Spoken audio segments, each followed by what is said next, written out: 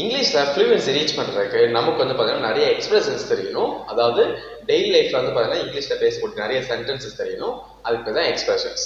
So அந்த மாதிரி நான் வந்து 100 லிஸ்ட் பண்ணியிருக்கேன். அதில் வந்து பார்த்தீங்கன்னா ஆல்ரெடி நம்ம வந்து 40 எக்ஸ்பிரஷன்ஸ் பார்த்துட்டோம்.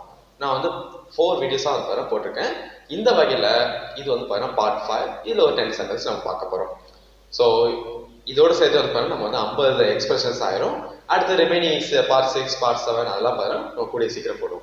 ஸோ இந்த வீடியோ ஸ்டார்ட் பண்ணுவோம். Let's get started. Welcome everyone, this is Akram. How are you all?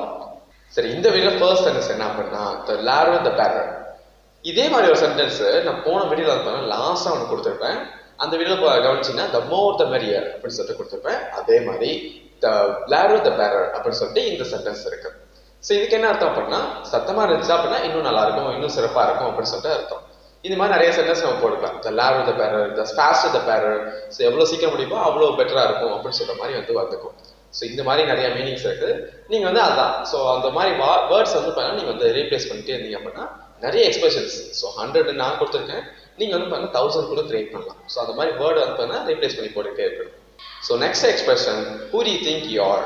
So இந்த எக்ஸ்பிரஷனுக்கு என்ன அர்த்தம் அப்படின்னா நீ யாருன்னு நீ நினைக்கிற அப்படின்னு சொல்லிட்டு வரும். நீ யாருன்னு நினைக்கிற அப்படின்னு சொல்லும்போது who to you think you are. So நீங்கள் வந்து பார்த்தீங்கன்னா நான் ஒரு பெரிய பொசிஷன் நினைக்கிறேன். ஸோ நீங்கள் வந்து பார்த்தீங்கன்னா என்னை வந்து எதிர்த்து வந்து பேசுறீங்க. ஸோ அப்போ நான் சொல்வேன் who to you think you are, நீ யாருன்னு நினைக்கிற அப்படின்னு சொல்லிட்டு நான் சொல்வேன். Okay, next one, have you ever thought about. So இந்த இடத்துல வந்து ஹேவ் யூ எவர் மறுபடியும் வந்திருக்கு. நான் போன வீடியோ சொல்லியிருப்பேன் இந்த ஹேவ் யூ எவர் வந்துச்சுன்னா நீ எப்பயாவது. ஸோ அப்போ இந்த இடத்துல நீ எப்பயாவது அதை பற்றி நினச்சிருக்கியா. இப்போ இந்த இட்டு வருது.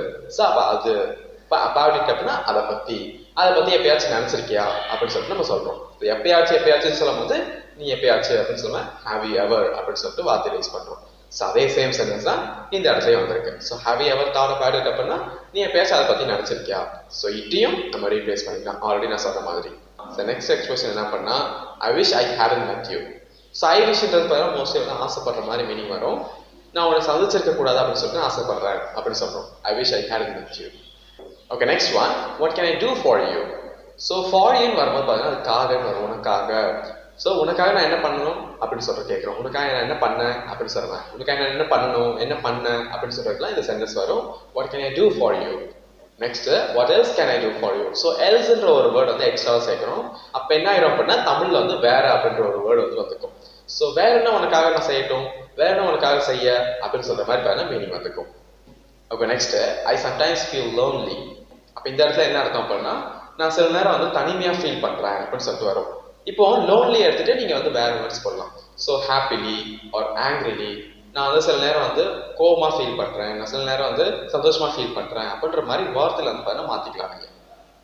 Next one, I used to go shopping.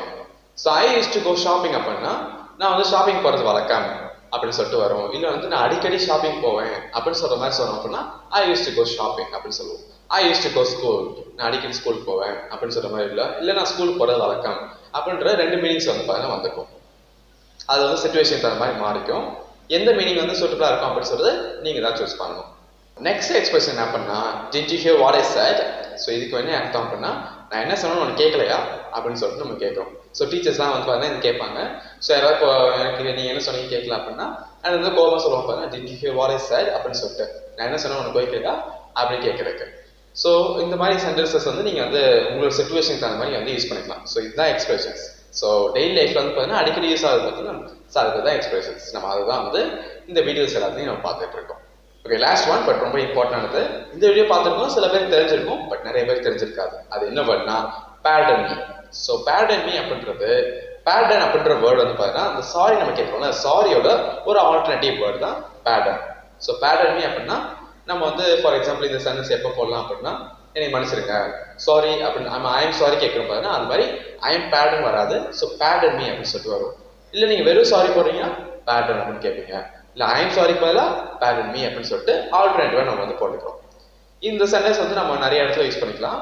But வந்து பேர்டன்றது பார்த்தீங்கன்னா நம்ம வந்து தப்பு பண்ணதுக்கு நம்ம சாரி வந்து கேட்குறோம். பட் பேர்டன்றது பார்த்தீங்கன்னா நம்ம வந்து தப்பு பண்ணதுக்காண்டி சாரி கேட்கக்கூடாது. இது வந்து மோஸ்ட்லி யூஸ் பண்ணக்கூடிய சிச்சுவேஷன் வந்து எப்போ அப்படின்னா ஃபார் எக்ஸாம்பிள் நானும் நீங்களும் பண்ண ஒரு மீட்டிங் அட்டன் பண்ணிருக்கோம். ஜூம் மீட்டிங்கோ இல்லை கூகுள் மீட்டிங்கோ நம்ம வந்து அட்டன் பண்ணிருக்கோம் அப்படின்னா அந்த சமயத்தில் வந்து பார்த்தீங்கன்னா இன்டர்நெட் ஸ்லோவாக இருக்கனால நமக்கு வந்து பஃபரிங் ஆகும். அப்போ நான் சொன்ன சவுண்ட் வந்து உங்களுக்கு கேட்டிருக்காது. அப்போ நீங்கள் சொல்லலாம் pardon me அப்படின்னு சொல்கிறோம். அப்போ அதுக்கு என்ன அர்த்தம்? ரிப்பீட் பண்ணுங்க. ஸோ ஒரு ஏதோ ப்ராப்ளம் ஆயிடுச்சு, ஸோ ரிப்பீட் பண்ணுங்க அப்படின்னு சொல்லிட்டு அர்த்தம். நம்ம சாரின்னு கேட்டுக்கலாம், பட் தமிழ்ல யூஸ் பண்ணுவோம். பட் மோஸ்ட்லி வந்து இங்கிலீஷ்காரங்க வந்து சாரி கேட்க மாட்டாங்க. இந்த மாதிரி ரிப்பீட் பண்ணுங்கன்னு சொல்லும்போது pardon me அப்படின்னு தான் யூஸ் பண்ணிப்பாங்க. ஸோ நீங்கள் வந்து ரொம்ப கன்ஃபியூஸ் பண்ணிக்க தேவைன்னா சாரின்னு சொல்லிட்டு இன்னொன்று ஆல்ரெடி வேர்டு pardon அப்படின்னு சொல்லிட்டு இருக்கு அப்படின்னு தெரிஞ்சுக்கோங்க.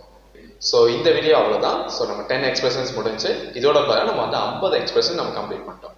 அடுத்து நம்ம வந்து 51ல இருந்து 100 வரைக்கும் அடுத்த வீடியோவில் பார்ப்போம். So see you guys in next video. Thank you.